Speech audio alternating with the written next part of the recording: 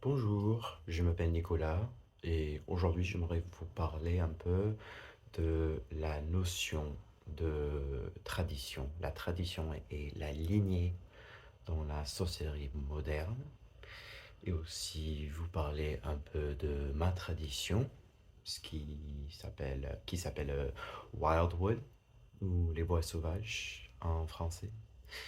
Donc, comme vous remarquez par mon accent, peut-être, je suis anglophone de base. Je viens des États-Unis, du sud-est plus précisément. Ça fait 3 ans que je vis ici dans le sud de la France. Euh, et durant ce temps, j'ai déjà remarqué plein de différences euh, entre la sorcellerie aux États-Unis et dans le monde anglophone. Et aussi dans la sorcellerie en France, surtout dans les discours idéologiques et philosophiques. Donc, dans le monde anglophone, la sorcellerie traditionnelle est pratiquée par de nombreux sorciers. Mais c'est quoi la sorcellerie traditionnelle? Pour certains, on imagine que ça désigne des lignées magiques qui datent d'une époque avant le christianisme. Peut-être qu'on imagine des connaissances secrètes passées entre mère et fille depuis des siècles. Mais cela n'est pas la vérité pour la majorité de soi-disant sorciers traditionnels.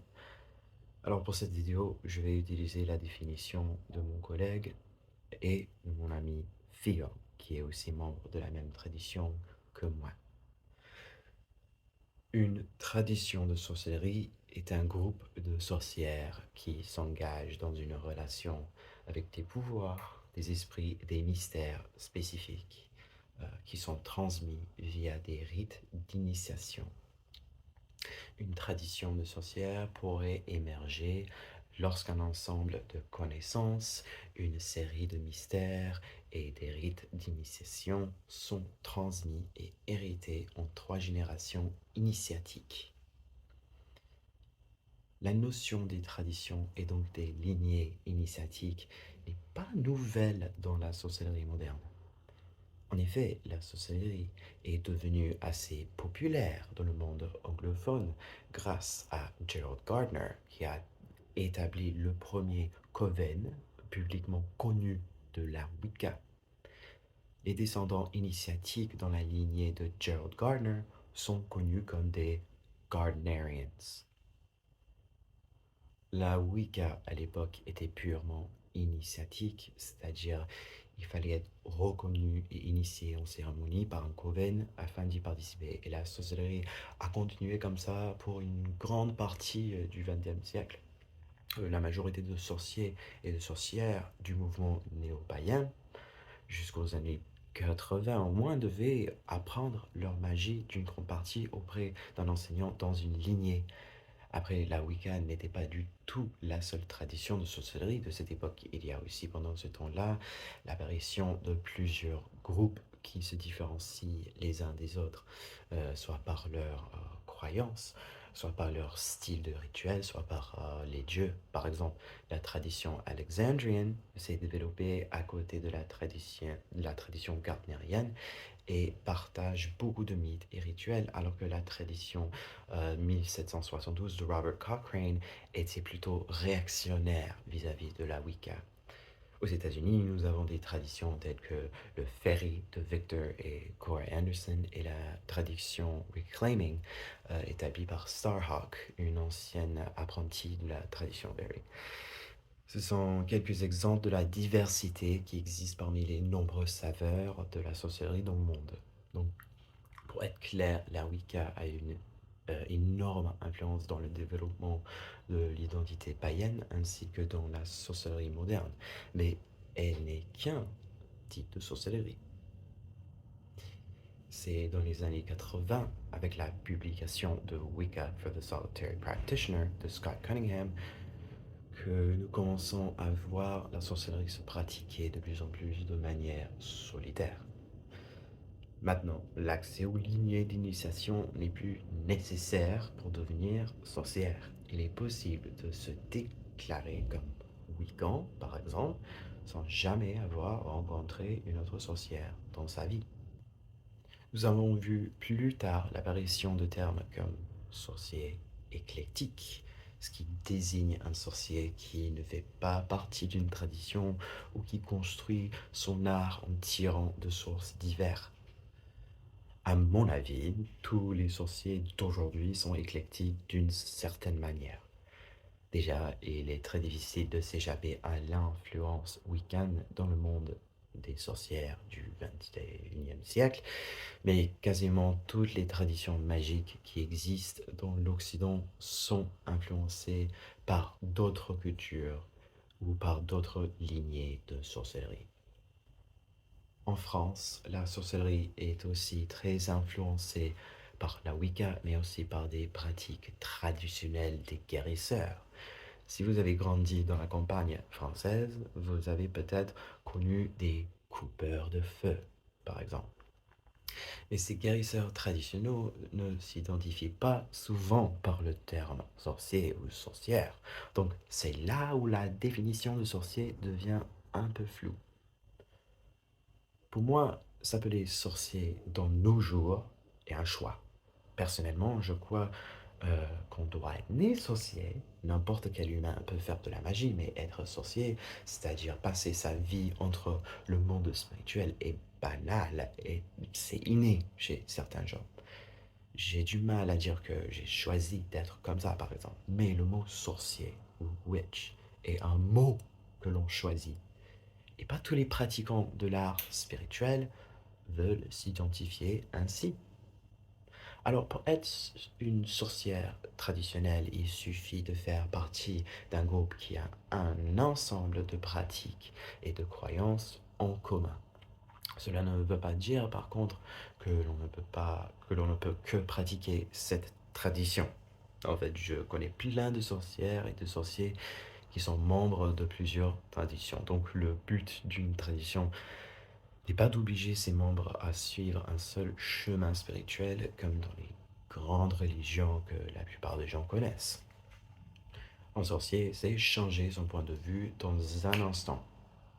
Une sorcière devrait voir avec, mais aussi au-delà de la poésie que l'on utilise pour décrire les mystères de l'univers. Et c'est ça qui rend possible de faire partie de plusieurs traditions. Alors, dans mon expérience, entrer dans une tradition m'a pas fait perdre mes pratiques personnelles, mais ça a enrichi ma vie spirituelle par des connaissances que l'on ne peut pas trouver dans des livres. Et surtout, ça m'a donné une communauté de sorciers qui sont pour moi une famille. Mon amour pour les sorcières de ma maison est sans limite. Et je sais que j'aurai cette fratrie pour le reste de ma vie.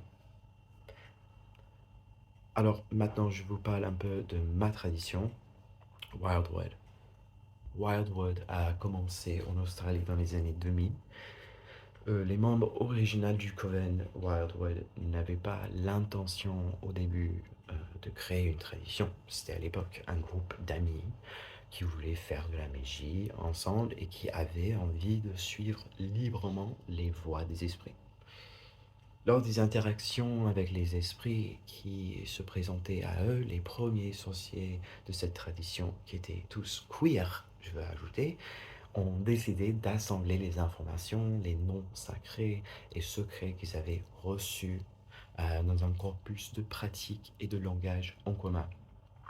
Il est pour cette raison que l'on dit que la tradition est menée par les esprits. Son établissement, nous croyons, a été lié aux informations et au pouvoir que nos dieux nous ont accordés.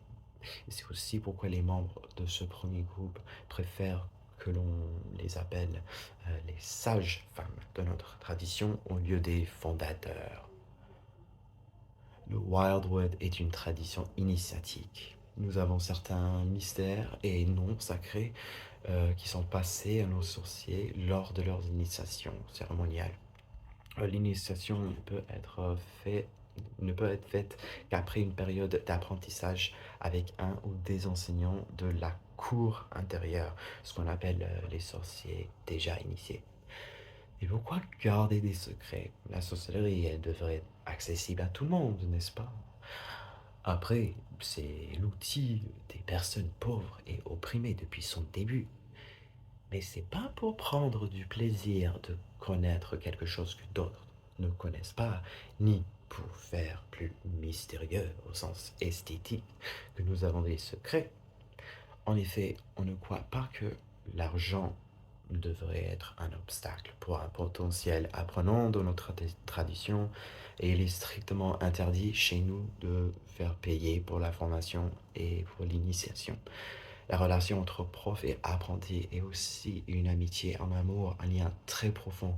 Et pour nous, le passage de mots et de mythes secrets est un moment puissant.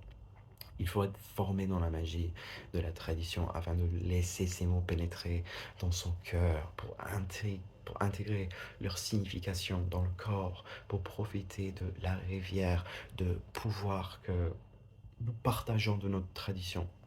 Donc ça ne peut pas se produire si la personne a brûlé les étapes sans avoir appris les bases des techniques, des mythes et de comment interagir avec nos esprits. De plus, lorsque quelqu'un rentre dans notre maison, il fait partie de notre famille. Est-ce que vous accepteriez quelqu'un dans votre famille sans le connaître? Je pense que c'est normal.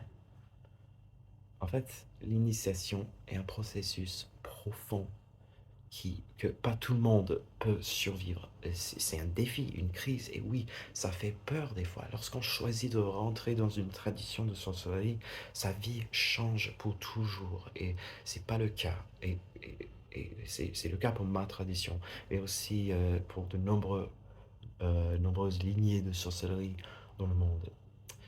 La tradition Wildwood est extatique. Nous interagissons avec les esprits directement. Nos rites sont spontanés, nous faisons en sorte pour déclencher des expériences sensorielles et émotionnelles dans nos pratiques. Moi, quand je fais de la sorcellerie, je veux la sentir, je veux entendre et la percevoir en action. On utilise des outils comme des chants, des transes, la danse et la méditation afin de se mettre dans le bon état d'esprit pour appeler et accueillir et attirer les esprits. Contrairement à la Wicca, le Wildwood n'est pas basé sur la fertilité, ce qui peut être trop hétéronormatif pour certains. En fait, la grande majorité de nos membres sont aussi LGBT. Nous avons un sacré prototype pour chaque type de rapport sexuel et pour chaque expression de genre. Nos dieux sont androgynes et couvrent plein de domaines. La procréation humaine n'en est qu'un. Et le Wildwood est aussi une tradition basée sur nos relations avec la terre et le paysage. Chaque endroit a ses esprits, son histoire, ses espèces et ses peuples, et chacun d'eux mérite d'être reconnu. Donc avant nos rituels, nous prenons toujours un moment pour parler aux esprits du lieu, pour reconnaître les habitants originaux du terrain et pour aussi reconnaître l'effet de la violence de l'impérialisme dans le monde. Notre magie vient de la relation entre l'espace et le temps. Il est donc essentiel que l'on reconnaisse le terrain sous nos pieds, qui est aussi vivant et conscient. L'endroit que l'on désigne les bois sauvages ou The Wildwood est aussi un terrain central de la tradition, mais ce paysage n'est pas physique, il est plutôt intérieur. C'est le monde du sabbat des sorcières, le monde où les esprits et les animaux comme nous peuvent se rencontrer. C'est la forêt astrale qui appartient à chaque sorcière du monde. Donc quand on parle de voler de notre tradition, on parle d'un voyage dans cette conscience collective qui est le reflet de ce monde extérieur. Donc, j'espère que cette vidéo a été intéressante pour vous. Je pourrais parler de ma tradition pendant des heures. Donc, je vais vous laisser ici. Et si vous êtes curieux d'en apprendre plus, je mettrai des liens dans la description de la vidéo. Si vous êtes intéressé par le Wildwood en particulier, vous pouvez visiter le site officiel ou regarder la vidéo là-dessus que je vais aussi mettre dans la description. Malheureusement, la plupart des informations sur nos traditions sont en anglais et c'est quelque chose que j'aimerais changer. Finalement, vous pouvez aussi me contacter directement. Je peux former et initier les sorciers en Wildwood moi-même ou les rediriger vers quelqu'un qui est plus proche géographiquement. Ça dépend, bien sûr, de la relation entre prof et apprenti, si une personne peut être acceptée dans la tradition, et c'est aussi la décision de l'enseignant si il, elle ou elle veut vous enseigner. Donc, rappelez-vous que nous n'acceptons aucun échange financier pour l'initiation, donc c'est un acte d'amour pour la tradition qui nous motive à le faire passer. Si vous êtes intéressé par d'autres traditions, je vous conseille de faire connaissance avec des membres de cette tradition.